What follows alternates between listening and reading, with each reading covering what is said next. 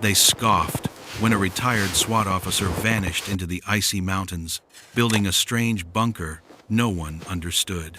They called him an eccentric. But when winter arrived early and deadly, the snow didn't care about the ridicule.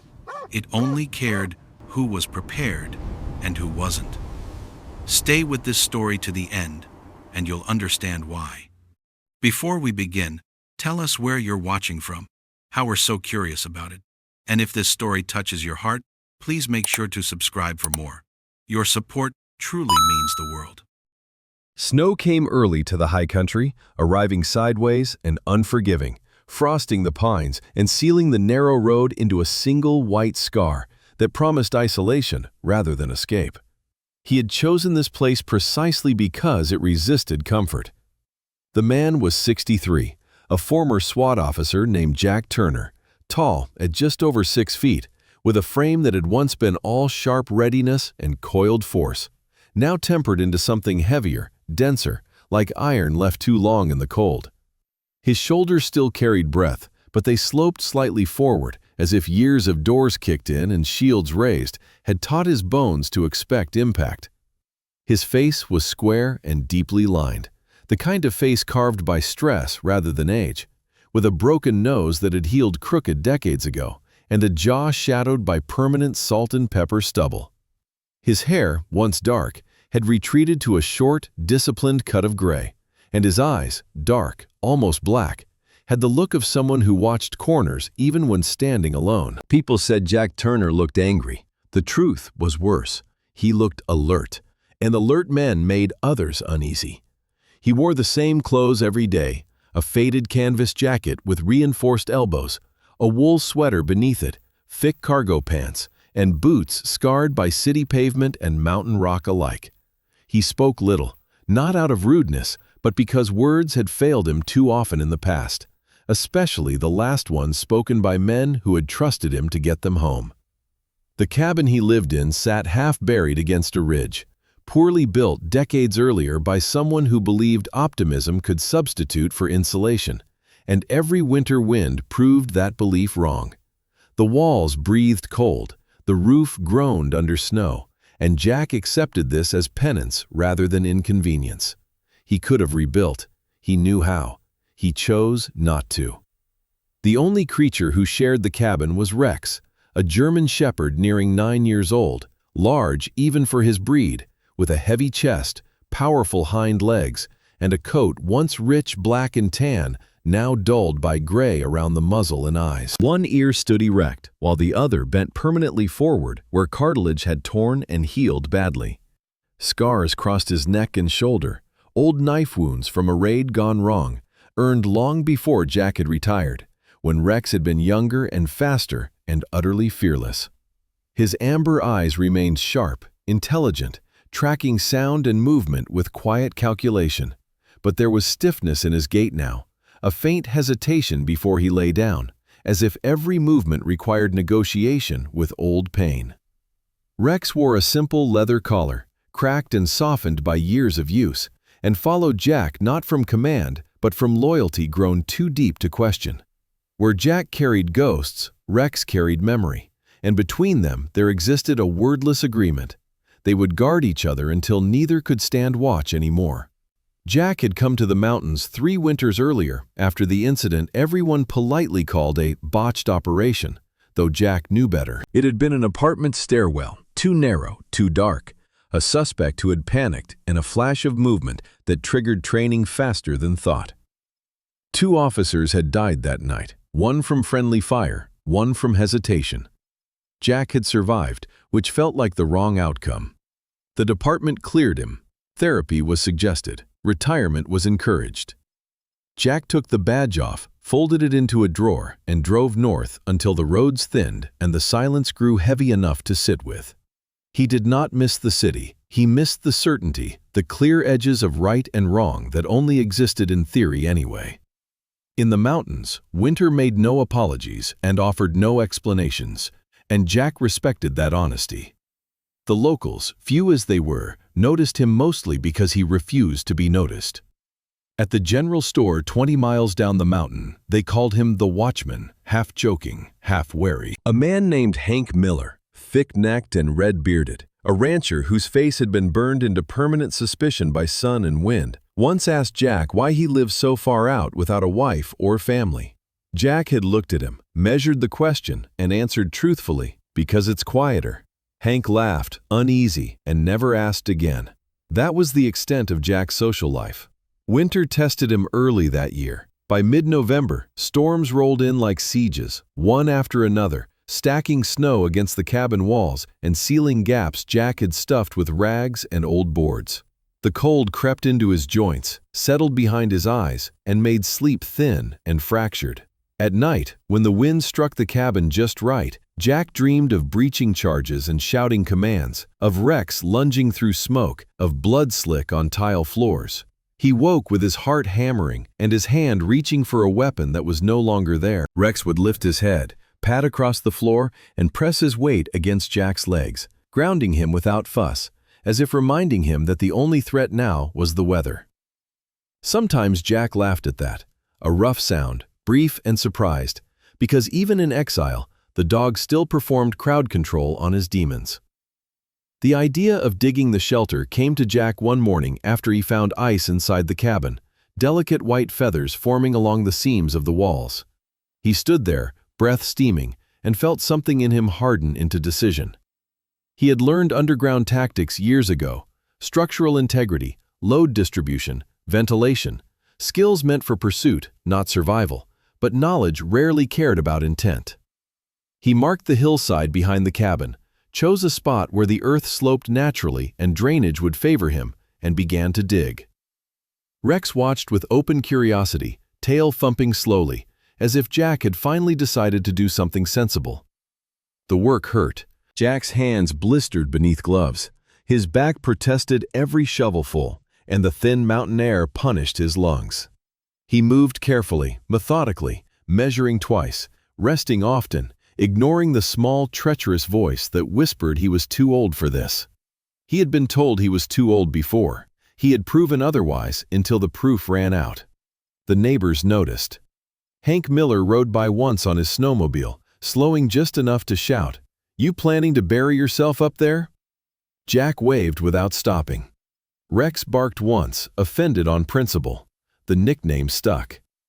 Yet beneath the strain, something unfamiliar stirred. Purpose, stripped of orders and consequences. Jack found himself thinking not of escape, but of endurance. He thought of nights when his team had waited in silence for hours, conserving heat, trusting training and each other. He thought of the men he had lost and wondered, not for the first time, whether survival required solitude or connection, and whether he had mistaken one for the other. The shelter grew inch by inch, the earth yielding reluctantly, and Jack felt the mountain watching him, indifferent but patient. When darkness fell early and the cold sharpened, Jack and Rex returned to the cabin, carrying dirt on their clothes and resolve between them. Rex curled near the small stove, sighing deeply, while Jack sat on the edge of the bed and stared at his hands, raw and trembling. He did not pray. He did not regret. He simply acknowledged the truth he had been circling since he arrived. Winter would come, whether he was ready or not, and hiding from memory was easier than surviving weather. Outside, the wind howled like an accusation, but beneath it, Jack imagined quiet, solid earth, a place where noise could not follow. The mountain did not answer, but it did not refuse him either, and for the first time since leaving the city, Jack Turner slept without dreaming, the dog's steady breathing marking time like a watch that had not yet stopped. The laughter reached Jack Turner before the voices did, carried thin and sharp across the snow like the crack of ice on a frozen pond. He was halfway into the hillside by then, breath fogging, shoulders burning, shovel biting into packed earth that resisted like it resented being disturbed. Winter had settled fully now, not with ceremony, but with pressure, compressing the world into whites and grays, and Jack worked as if the mountain were an old opponent who respected persistence more than strength. Rex sat a few yards behind him, broad body planted, scarred muzzle lifted, watching the tree line with the seriousness of a sentry who remembered what happened when you relaxed too soon. The laughter came again, closer, followed by the hum of a snowmobile engine, and Jack did not stop digging. He had learned long ago that attention fed some things and starved others, and he preferred to starve whatever passed for curiosity out here. The snowmobile cut its engine and slid to a halt, and 3 men stood where the trail widened, stamping their boots, smoke from their breath curling upward. They were hunters by the look of them. Heavy coats, rifles slung casually, faces weathered into permanent squints by sun and wind. The one who spoke first was tall and narrow-hipped, his beard a wild reddish spill that failed to hide a grin too sharp to be friendly. This was Caleb Frost, a man in his late 40s with a nose bent once and never corrected, hair pulled into a short tail beneath his cap, known locally for laughing louder than his judgment. "Well, I'll be damned," he called, voice carrying easily. "The watchman's finally digging his own den." The others laughed, not cruelly, not kindly either, the sound of men who felt safe together and amused by difference. Jack set the shovel down slowly and straightened, spine protesting, hands tingling with cold and strain. He turned to face them, expression neutral, eyes unreadable, and for a moment the laughter thinned. Men who spent their lives around animals knew when they were being assessed. Rex stood, muscles rolling beneath his coat, one ear cocked forward, amber eyes locked on Caleb's hands. "Careful," said the second man, shorter and thick through the chest, his beard trimmed neat, hair already thinning. His name was Owen Pike, a ranch hand who smiled with apology baked into his face, a man who made peace for a living. "Dog looks like he's judging us." Rex's tail thumped once, deliberate, and Jack almost smiled. Caleb chuckled and waved a gloved hand. "Relax, just never seen a retired cop turn mole before." Jack met his gaze and said nothing. Silence stretched, uncomfortable now, and Owen cleared his throat, adding, "Storm's coming hard tonight. You might want to think about heading down." Jack nodded once, a small acknowledgement, and returned to his shovel. The message was received, concern wrapped in mockery, offered without obligation. The snowmobile engine started again, laughter trailing off as the men disappeared back into the trees, leaving behind churned snow and the faint sting of being seen when you preferred not to be. Rex huffed softly and sat, and Jack worked until his arms shook and the light failed, the hillside accepting his intrusion inch by inch. That night the dreams returned with a vengeance. Jack slept shallow and fractured, pulled under by memory as relentless as gravity. He was back in the stairwell, walls closing, radios crackling, the smell of sweat and fear and old cooking oil thick in the air.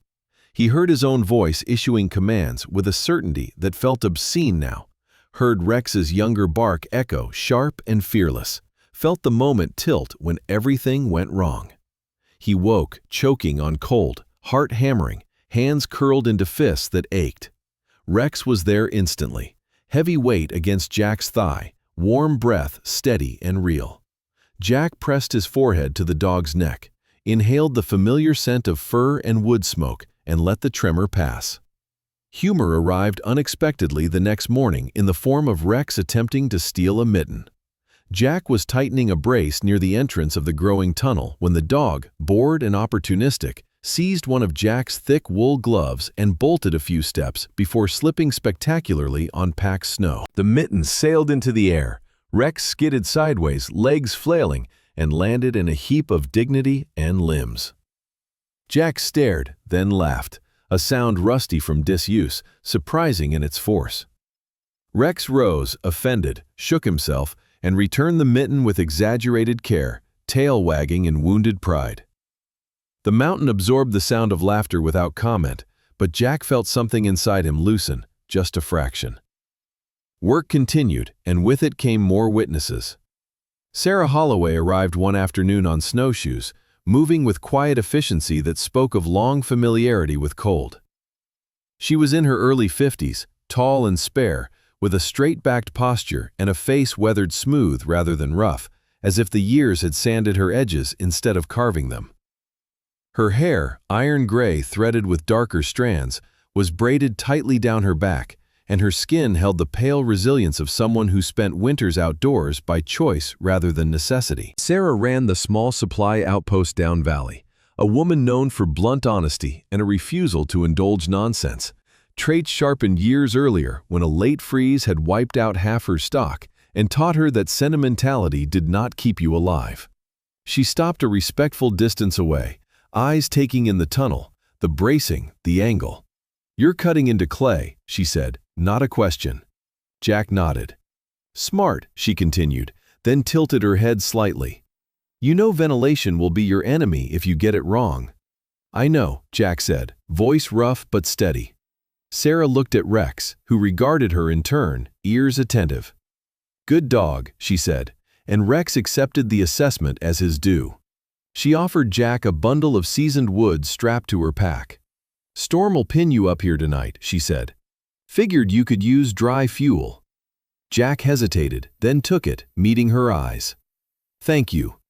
Sarah nodded once, satisfied, and left without further comment, her snowshoes whispering away into the trees. That night, the storm arrived as promised, howling down the ridge, testing every joint and seam. Jack worked by lantern light inside the tunnel, shoring walls, checking angles, listening to the earth settle with sounds that reminded him of old buildings under stress. Outside, the wind laughed and screamed, but inside the hillside there was a different quality to the noise, muted, manageable. Rex lay near the entrance, eyes half-lidded but alert, rising occasionally to reposition as if adjusting to the mountain's breathing. When Jack finally sat back on his heels, muscles trembling, he realized something had shifted. The mockery, the dreams, the ache in his bones, all of it remained, but it no longer owned the narrative. The laughter on the snow had not driven him away, it had clarified his resolve. The ghosts beneath, the memories he carried, were still there, but the work gave them edges, boundaries, a place to stand without spilling everywhere. As the storm raged, Jack and Rex stayed where they were, sheltered by effort and intent, and Jack understood that this chapter was not about hiding. It was about learning how to remain. The storm arrived like a god with a white beard, dragging silence behind it and hurling snow as if the mountains themselves had decided to erase all mistakes at once. By dusk, the sky had sealed shut, the world reduced to breath, frost, and the groan of timber. And the retired SWAT officer felt the pressure change in his bones long before the radio went dead. He stood at the edge of his half-buried winter shelter, shoulders squared beneath a patched canvas coat, age bent into him like a quiet tax, his face cut with old angles and older regret, gray beard trimmed out of habit rather than vanity, eyes dark and alert as a watchful animal's. The German shepherd pressed against his leg, a scarred veteran in fur, broad chest, dulled sable coat, one ear permanently notched, muzzle silvered by years and weather, amber eyes bright with a loyalty that asked no questions and forgave everything. When the wind rose to a howl that sounded uncomfortably like sirens in a long tunnel, the man felt the past uncoil inside him. Shields up, doors breached, the memory of a partner's hand slipping away on a blood-slick stare. He breathed, counted, steadied, because age had taught him that panic was a luxury and preparation a prayer. The first call came not through wires but through the wind itself. 3 distant shots, not celebratory, too close together to be anything but a plea. He considered staying put, the sensible choice for a man who had come here to disappear, but the oath he once swore had a way of walking without him, boots crunching in his chest. He packed quickly, movements economical, and the shepherd danced once in a clumsy circle, nearly toppling a shovel, tail sweeping snow into the man's face like a joke timed perfectly to break the tension. The man laughed despite himself, a short bark that steamed in the cold, and the storm seemed to listen. They set out tethered by rope, man to dog to world, the shelter receding behind them like a promise he hoped to keep. They found the first neighbor by sound, a woman's voice thin as a wire. She was an adult, all elbows and stubbornness, named Helen Moore, a rancher with windburned skin the color of old leather, hair the pale blonde of hay tied back in a fraying braid, eyes sharp with pride dulled by fear. Her roof had folded inward under the snow's weight, soaking her stores. She stood knee-deep, refusing to leave until the man pointed to the sky and said nothing at all. He moved her with calm authority, the kind that came from rooms where calm kept people alive, and the shepherd took the lead, nose low, finding the drifted path by scent and instinct, pausing only to sneeze snow from his whiskers like a clown, earning a choked laugh from Helen that sounded like a rope loosening. Farther down the ridge, they met two hunters, both grown men with frostbitten beards and bravado cracking like thin ice. Caleb, tall and raw-boned with a red beard frozen into needles, and Morris, shorter, heavier, his dark hair plastered to his skull, the former's arrogance softened by a recent divorce he joked about to hide the ache, the latter's caution born from a bad fall years ago that still haunted his knees. Their cabin door was jammed, chimney-choked, stove-dead. The officer pried and cleared with the patience of someone who had learned that force wasted energy, and when Morris slipped, the shepherd planted himself like a living anchor, scars pulling white against black as if the past itself were bracing the present. The wind tried to steal them, ripping breath away, but the man kept his voice low and even, telling the hunters exactly what to do. Humor slipped in like a coin to keep the machine running. If you're going to curse, do it rhythmically. It helps. And to everyone's surprise, it did. The storm worsened, a white wall that made the world small and personal. And when they turned back toward the shelter with a line of adults bound by rope and trust, the officer felt something in him settle, not healed, but aligned. The shepherd led with a confidence that bordered on myth, reading the land through pads and memory, occasionally stopping to look back as if to count souls, then forging on with a snort that sent powder flying. Inside the shelter, warmth bloomed, steam rose, and silence finally surrendered. Hands shook around tin cups, stories spilled because fear needed an exit. Helen admitted she'd mocked the shelter because it frightened her to see someone prepare so thoroughly. Caleb apologized with a grin that cracked and held. Morris stared at the dog as if at a saint, whispering thanks to a creature that answered by stealing a mitten and trotting off, tail high, returning it moments later with theatrical pride. The officer sat apart, listening, feeling the storm press but fail to enter, and for the first time in years, the ghosts stayed quiet, perhaps because the living were louder. When dawn threatened as a pale rumor and the wind eased its grip, he looked at the shepherd and saw not just a companion but a mirror, scarred, aging, still willing. Outside, the white god retreated, leaving behind a world remade and a man who understood that hiding had never been the same as healing. The shelter breathed like a living thing, its earthen walls sweating warmth back into the room, while the storm's last tantrums scraped uselessly at the buried door. And in that tight, amber-lit belly of the mountain, the adults huddled close enough to hear one another's doubts. The retired SWAT officer sat with his back to a timber post, boots planted, hands wrapped around a tin cup, face carved by years and choices, gray beard catching the firelight in silver hooks. He listened more than he spoke, because he had learned long ago that authority earned by listening lasted longer than any shouted order. The German shepherd lay across the threshold like a myth made practical, broad shoulders blocking drafts, scarred neck rising and falling, one ear notched and vigilant, amber eyes counting breaths, occasionally lifting his head to steal a sock or nudge a trembling knee with the blunt comedy of a creature who believed morale was a job requirement. Tension pooled as the hours stacked. Hunger sharpened edges, and fear, bored of silence, began to talk. Caleb's red beard bristled as he accused Morris of hoarding jerky. Morris snapped back with a bitterness polished by old pain, and Helen Moore crossed her arms, jaw set, pride sparking despite exhaustion. The officer intervened without drama, assigning tasks like chess moves, ration checks, snow melt rotations, vent clearing, because discipline, he knew, was mercy with a schedule. A new arrival complicated the air. Sarah Whitcomb, a surveyor caught late by the storm and guided in at dawn by the shepherd's nose, tall and spare with a runner's build, skin pale from winter light, ash-brown hair cut blunt at the jaw and tucked behind ears reddened by cold, eyes a clear gray that measured rooms before trusting them. She carried herself with a guarded calm born from years mapping lands that did not care if she returned, and when voices rose, she did not flinch.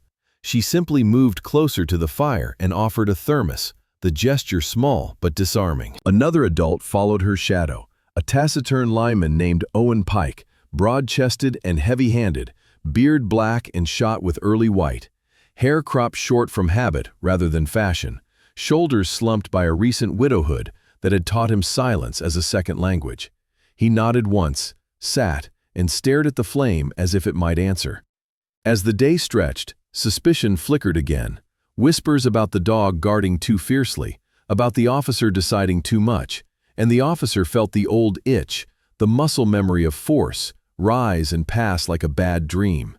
He chose words instead, telling a story not of heroics, but of a mistake made in a hallway years ago, how rushing had cost someone dearly, how patience had saved another later, and how leadership was less about being right than being responsible.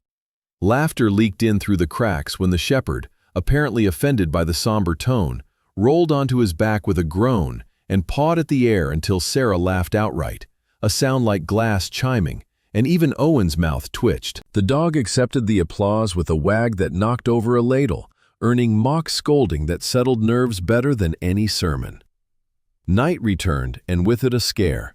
A vent iced over, smoke backing up, panic spiking, but the officer moved like a craftsman, calm hands clearing, assigning 2 to fan, 1 to monitor, the shepherd holding the doorway steady as if he could shoulder smoke aside. When the air sweetened again, gratitude hummed low. Helen pressed a folded photo into the officer's palm, a wordless thanks, and Caleb apologized to Morris, the apology clumsy but sincere, the kind that mattered. By morning, the storm had surrendered entirely, leaving the mountain hushed and the shelter glowing with a tired, earned peace. The officer watched the adults sleep in uneven rhythms and understood that the fire beneath the earth was not just heat, but trust, fragile and fierce, and that he had not come here to disappear after all. Morning returned cautiously, like an old friend, unsure of welcome, and the winter sun laid a thin, honest light across a landscape scoured clean by truth. Roofs sagged but stood, fences leaned like tired men, and the mountain exhaled as if satisfied with its lesson.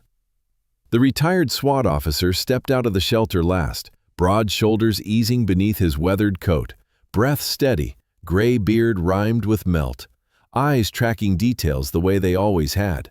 What could fail next? What could be mended now? The German shepherd followed with ceremonial gravity, scarred neck stretching into the light, dulled sable coat steaming, amber eyes soft for once. He paused to sneeze, offended by the brightness, then trotted ahead to investigate a buried shovel as if it were a puzzle designed just for him. The adults emerged in quiet stages, pride and gratitude negotiating a truce on their faces. Helen Moore straightened her jacket and surveyed the damage with the practiced eye of a rancher who understood loss as a season rather than an ending. Her wind-burned skin looked lighter in the sun, her braid retied with care, and when she met the officer's gaze, she nodded, a gesture small enough to be sincere. Caleb's red beard had thawed into a riot, his laughter returning in fits as he hauled boards, the bravado now tempered by the memory of fear.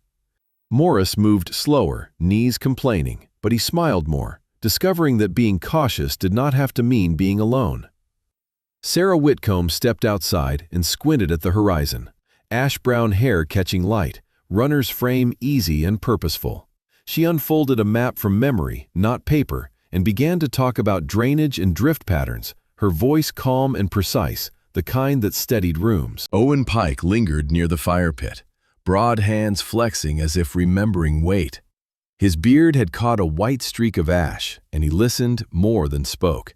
But when a bean needed lifting, he was already there, grief turning itself into usefulness. The officer did not give speeches. He set tasks, shared techniques, how to brace a roof against snow load, how to vent without losing heat, how to read wind like a language. And the group followed because results were persuasive. Humor found its way in again when the shepherd commandeered a hammer, trotting off with it like a trophy until Sarah traded him a strip of jerky, negotiating with a grin. The dog accepted the bargain with dignity, sat, and promptly fell asleep in the sun, head on paws, scars softening into story. A lone visitor arrived near noon, an adult deputy from the valley named Mark Ellison, tall and angular with a close-cropped haircut and a face that wore fatigue honestly. He shook hands, assessed, offered help without ceremony, and listened when the officer spoke, recognizing a familiar cadence born of rooms where decisions mattered. Together they coordinated a quiet circuit, checking on remaining cabins, ferrying supplies, setting plans. No sirens, no heroics, just the steady work that made survival feel like community. By afternoon, hammers rang with a rhythm that felt like forgiveness. Boards went up, stoves relit, laughter punctured the cold. The officer worked until his hands ached, then rested without guilt, learning that leadership could also mean trusting others to finish. When evening slid in and the mountain cooled, they gathered once more, not from fear this time, but habit newly forged. Helen cooked from salvaged stores. Caleb told a story that ended kindly. Morris passed around mugs. Sarah sketched improvements in the dirt. Owen watched the fire and nodded. The shepherd woke long enough to reposition himself closer to the warmth, tail thumping twice, as if signing his name to the day. The officer felt something unknit inside him, not the erasure of loss, but its loosening, realizing that meaning was not found by fleeing winter, but by learning how to stand within it. As stars sharpened overhead and the shelter glowed like a promise kept, he stayed, not as a myth or a man reborn, but as a neighbor with skills and scars, a guardian who had learned that when snow melts, hearts can change too. In the end, when the snow finally loosens its grip and the mountains breathe again, what remains is not the shelter of wood or earth, but the quiet miracle of purpose rediscovered. Some will call it luck, others preparation. But there are moments when survival feels less like strategy and more like grace, like a hand placed gently on your back in the darkest cold, urging you forward. Perhaps that is how God works most often, not with thunder, but with endurance, with the stubborn will to keep building when others laugh, to keep walking when the storm says stop. In everyday life, the storms are quieter, but just as dangerous. Loneliness, doubt, regret, fear of becoming invisible.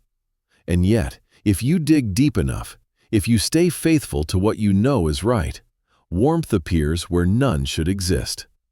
This story is not only about winter or a man and his dog.